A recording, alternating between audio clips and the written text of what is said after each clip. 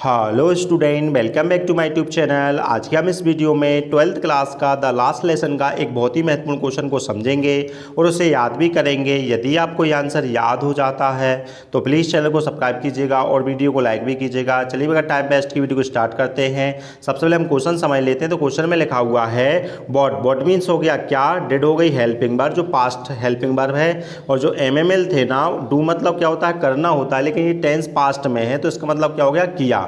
तो एमएमएल ने क्या किया और कब किया, समय लिखा हुआ है। बेन मतलब होता है जब, जो चर्च क्लॉक थी, जो चर्च में जो घड़ी लगी थी ना, उसमें स्टक मतलब क्या होता है बजना होता है। उस घड़ी में बजे, कितने बज गए 12 मतलब जैसे ही उसमें 12 बजते हैं। तो एमएमएल ने क्या किया, ये क्वेश्चन पूछ रहा है। चलिए तो आंसर को समझ लेते हैं। तो आंसर में लिखा हुआ है एज मतलब जैसे ही, जो चर्च क्लॉक थी ना उसमें स्टक मतलब बजते हैं, कितने बजते हैं 12 मतलब जैसे ही उसमें 12 बजते हैं। तो जो एमएमएल जो टीचर थे ना वह न्यू मतलब जानते थे। और क्या बात जानते थे, वो बात लिखी हुई है यहाँ पर। क्या लिखा है, इट वाज द टाइम मतलब यह समय था, काय का समय था, टू लीव मतलब छोड़ने का। किसको छोड़ने का समय था, ये स्कूल को छोड़ने का ये समय था। ये बात बहुत जानते थे। क्या लिखा हुआ है फर्स्ट लाइन में, एज मतलब जैसे ही क्या हुआ, जो चर्च क्लॉक थी ना, स्टक मतलब उसमें बजते हैं, कितने बजते हैं 12 बजते हैं। तो जो एमएमएल है ना, न्यू मतलब जान गए थे। क्या बात जान गए थे, इट वाज द टाइम यह समय था, ये समय आ गया है। काय का समय आ गया है, टू लीव मतलब छोड़ने का। किसको छोड़ने का, स्कूल को छोड़ने का ये समय था। ये बात वो जान गए थे, इसलिए वह क्या करते हैं। तो लिखा है ही मतलब भाई ये प्रोनाउंस आ गया है। इमीडिएटली मतलब होता है तुरंत ही। क्या हो जाते हैं, स्टूड अप मतलब खड़े हो जाते हैं। जब वो खड़े हो जाते हैं ना तो लुकिंग मतलब वो दिख रहे थे। कैसे दिख रहे थे, वेरी पेल, पेल मतलब होता है उदास। तो वह बहुत ही ज्यादा उदास दिख रहे थे। क्या लिखा है, ही इमीडिएटली वह तुरंत ही क्या हो गए, स्टूड अप मतलब वह खड़े हो गए। और जैसे ही वो खड़े हो जाते हैं तो वो लुकिंग मतलब दिख रहे थे। कैसे दिख रहे थे, वेरी पेल मतलब बहुत ज्यादा उदास दिख रहे थे। आगे लिखा हुआ है ही वांटेड, वांटेड मतलब वह चाहते थे। क्या चाहते थे, टू से मतलब होता है कहना, वह कहना चाह रहे थे। क्या कहना चाह रहे थे, लिखा है समथिंग मतलब कुछ कहना चाह रहे थे, कुछ शब्द बोलना चाह रहे थे।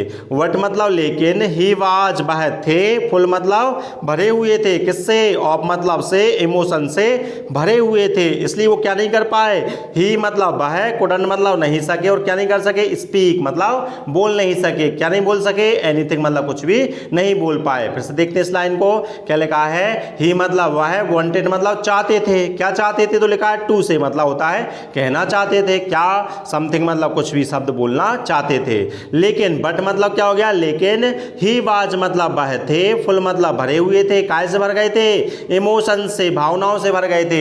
इसलिए वह ही कुडंट मतलब नहीं सके, स्पीक मतलब क्या होता बोलना, वह नहीं बोल सके। और क्या नहीं बोल सके, एनीथिंग मतलब कुछ भी नहीं बोल पा रहे थे। अब बोल नहीं पा रहे थे इसलिए वह क्या करते हैं, तो आगे लिखा हुआ है ही मतलब वह, टर्न मतलब होता है मुड़ना। अब वह मुड़े, किस ओर मुड़े, तो लिखा है टू मतलब की ओर, किसकी ओर, ब्लैक बोर्ड की ओर मुड़े।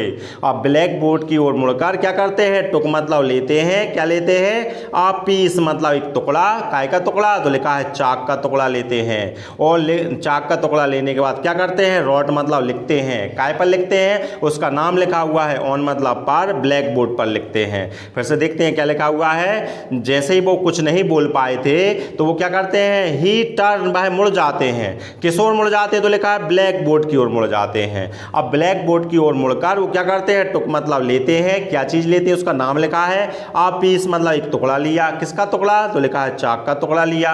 उस टुकड़े को लेने के बाद क्या किया उन्होंने, रॉट मतलब लिखा।